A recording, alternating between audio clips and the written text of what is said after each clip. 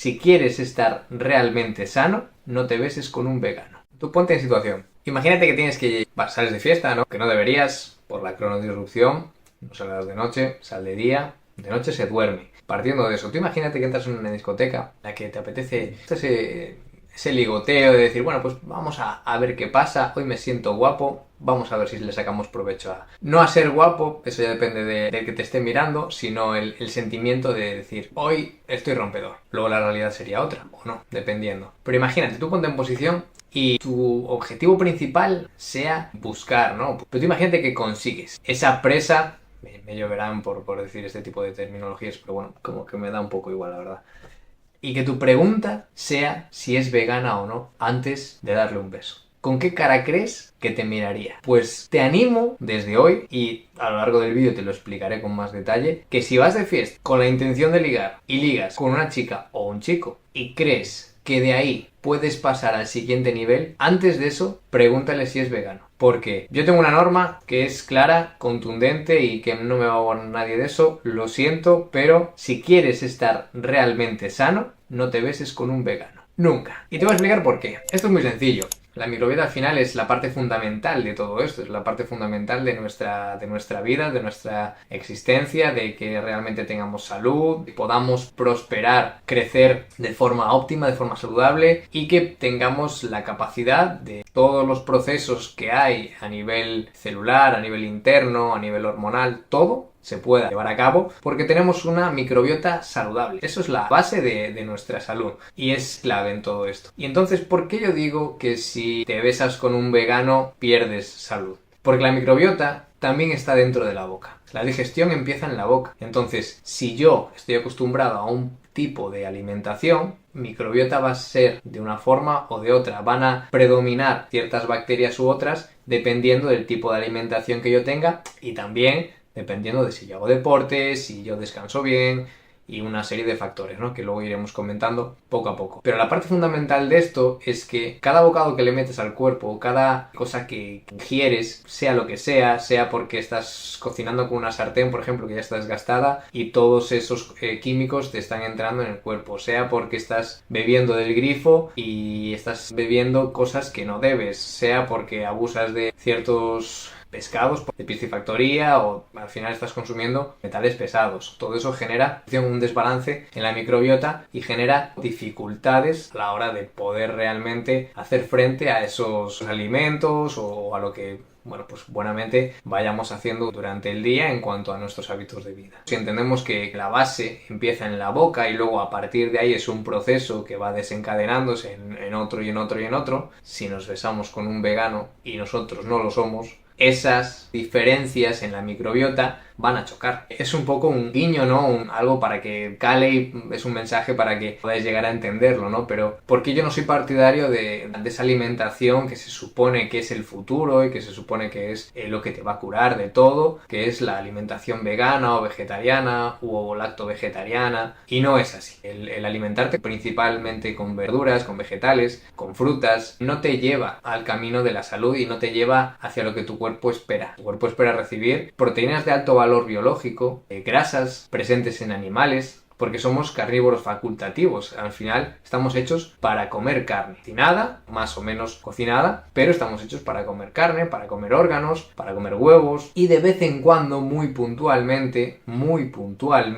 ir incluyendo pues algún tubérculo. Al final esto sí está presente en la naturaleza, pero no era nuestra base de la alimentación. El saber que podemos ir incluyéndolo de vez en cuando, es decir, que tenga que ser algo que tiene que estar siempre presente en nuestro día a día, en nuestro desarrollo neurológico.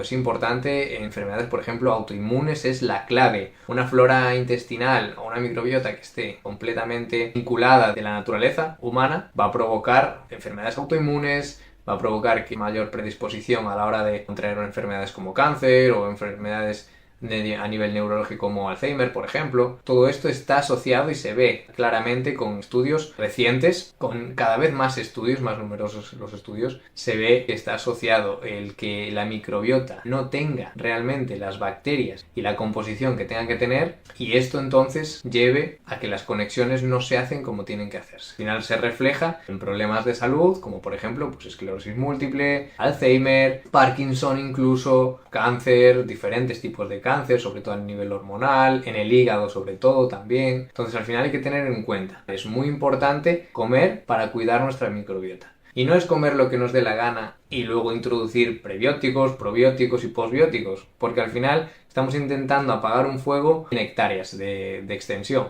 No lo vas a apagar en la vida.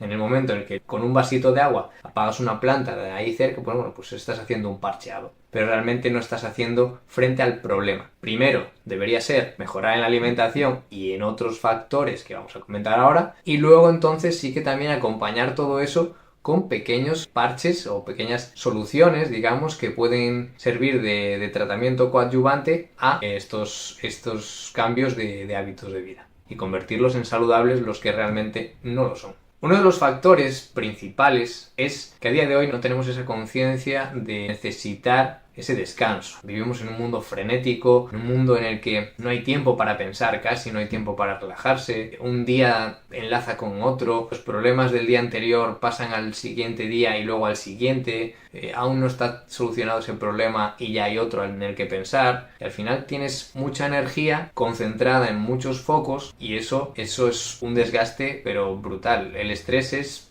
casi el mayor enemigo de la microbiota. Al final lo que tenemos que entender es que funcionar o pensar de manera estoica, que es hacer frente a lo que realmente puedo hacer frente y a lo que no está en mi mano, no dedicarle demasiado tiempo, sino más que a entenderlo y a entender que es un proceso que está, pero que si ya hicimos todo de nuestra parte, debemos reservar energías para lo que realmente podemos hacer, tener poder de actuación sobre ello. Aprender a seleccionar en dónde poner nuestra energía diaria nos va a ayudar mucho a gestionar ese estrés. Otro factor también, por ejemplo, que afecta mucho a nivel de estresor es el descanso. No estamos acostumbrados, no somos conscientes realmente de lo que supone un mal descanso, de lo que supone no dormir, ya no durante todos los... Si yo encadeno varios días seguidos, durante mucho tiempo, durmiendo 5 horas, 4 horas, 7 horas, 3 horas, y luego llega el fin de semana y digo, bueno, pues en de viernes para sábado, el que tenga la suerte de poder dormir de viernes para sábado y de sábado para domingo,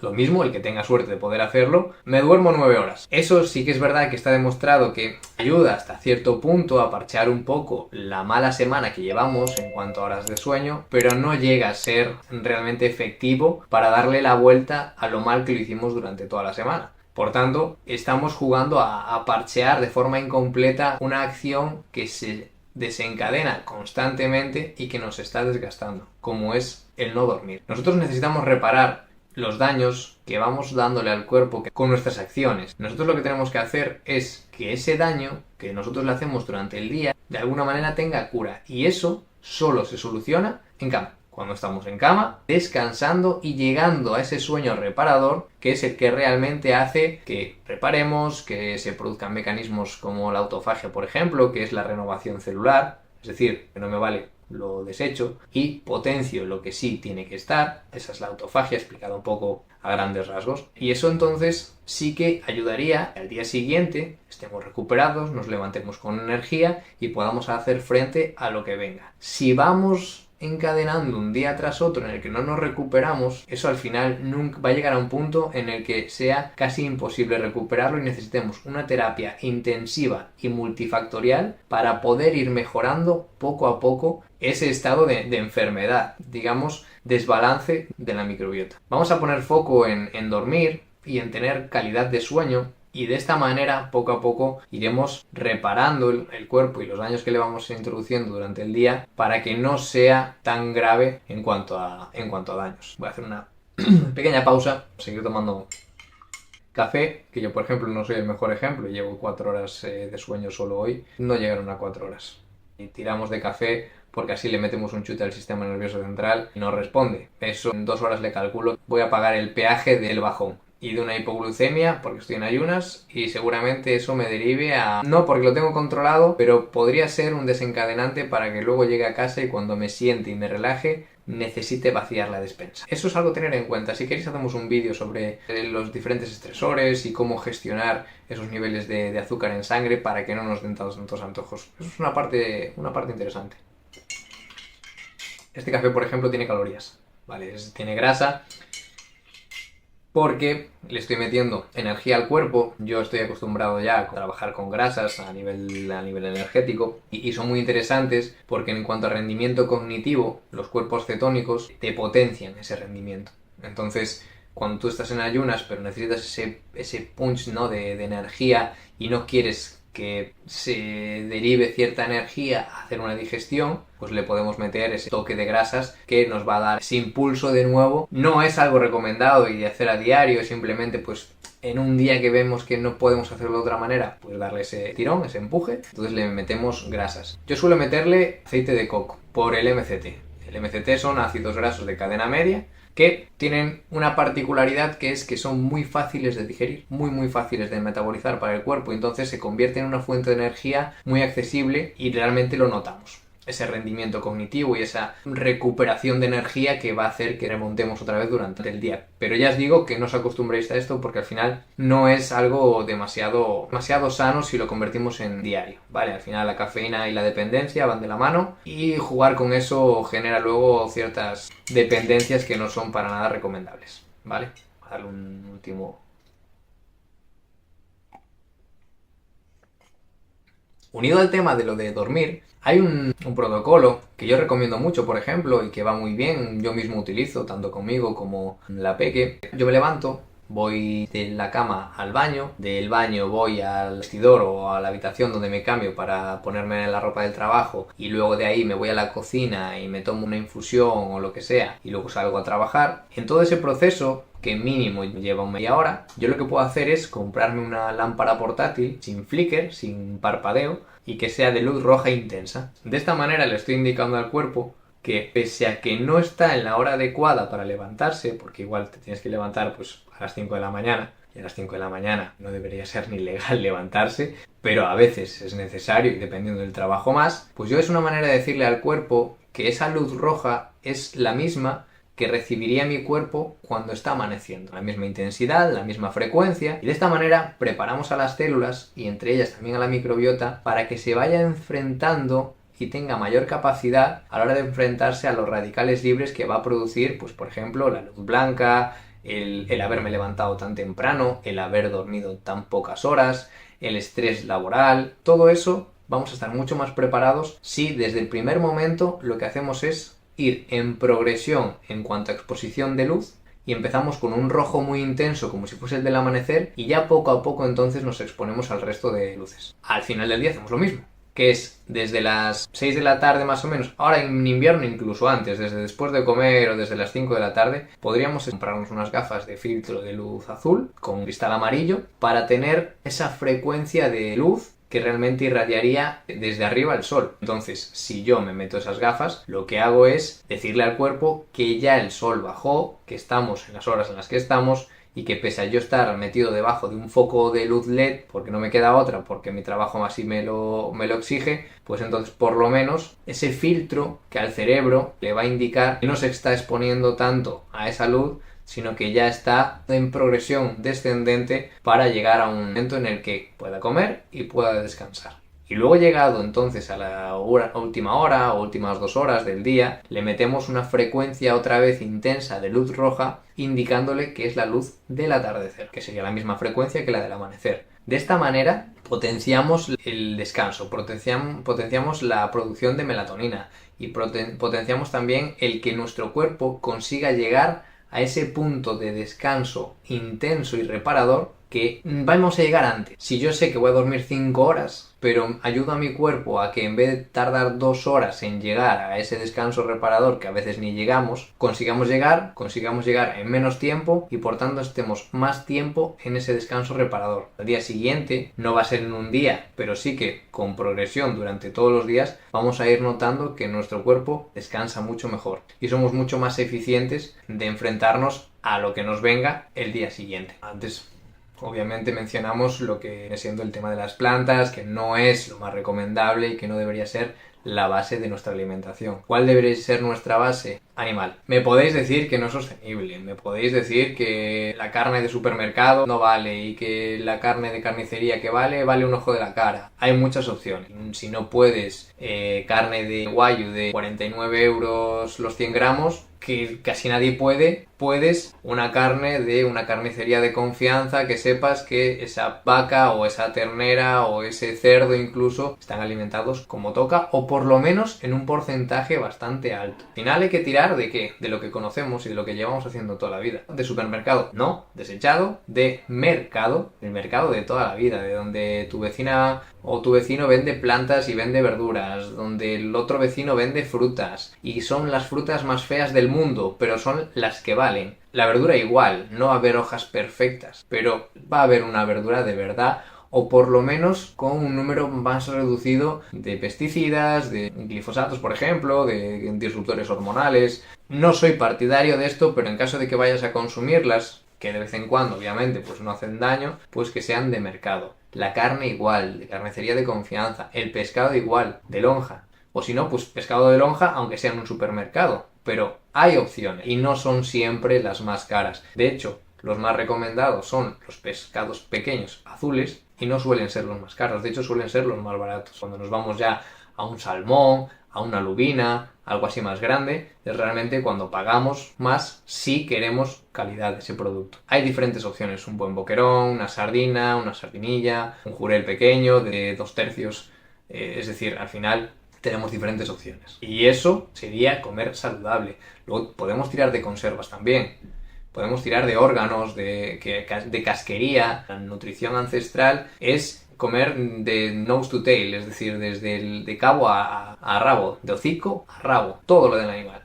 Rabo, pezuñas, el tuétano, que es espectacular, que es el interior del hueso, que está cargado de nutrientes, cargado de ácidos grasos espectaculares. Es una opción brutal y no es especialmente caro. Unas patas de pollo, por ejemplo, nadie las compra, nadie las quiere. Unas patas de pollo sueltan una cantidad de colágeno, de ácidos grasos y de nutrientes que es espectacular. Yo, por ejemplo, me hago un caldo de huesos o de patas de pollo y lo podemos hacer para luego cocer una carne o para luego hacer, pues un día que vayamos a comer hidratos, por ejemplo, pues le podemos incluir ese caldo a un arroz. Arroz largo, un arroz basmati, un arroz jazmín, bien lavado previamente, que para que no suelte almidón y quede sueltito, lo cocemos en ese caldo de huesos. Y luego, si ya hacemos que ese caldo de huesos, que ya va a generar un alimento para la microbiota brutal, lo refrigeramos durante 24 o 48 horas y lo comemos frío, vamos a conseguir que esa parte del almidón de arroz que queda se convierta en almidón resistente y potenciemos aún por encima dándole alimento que le encanta a nuestra microbiota.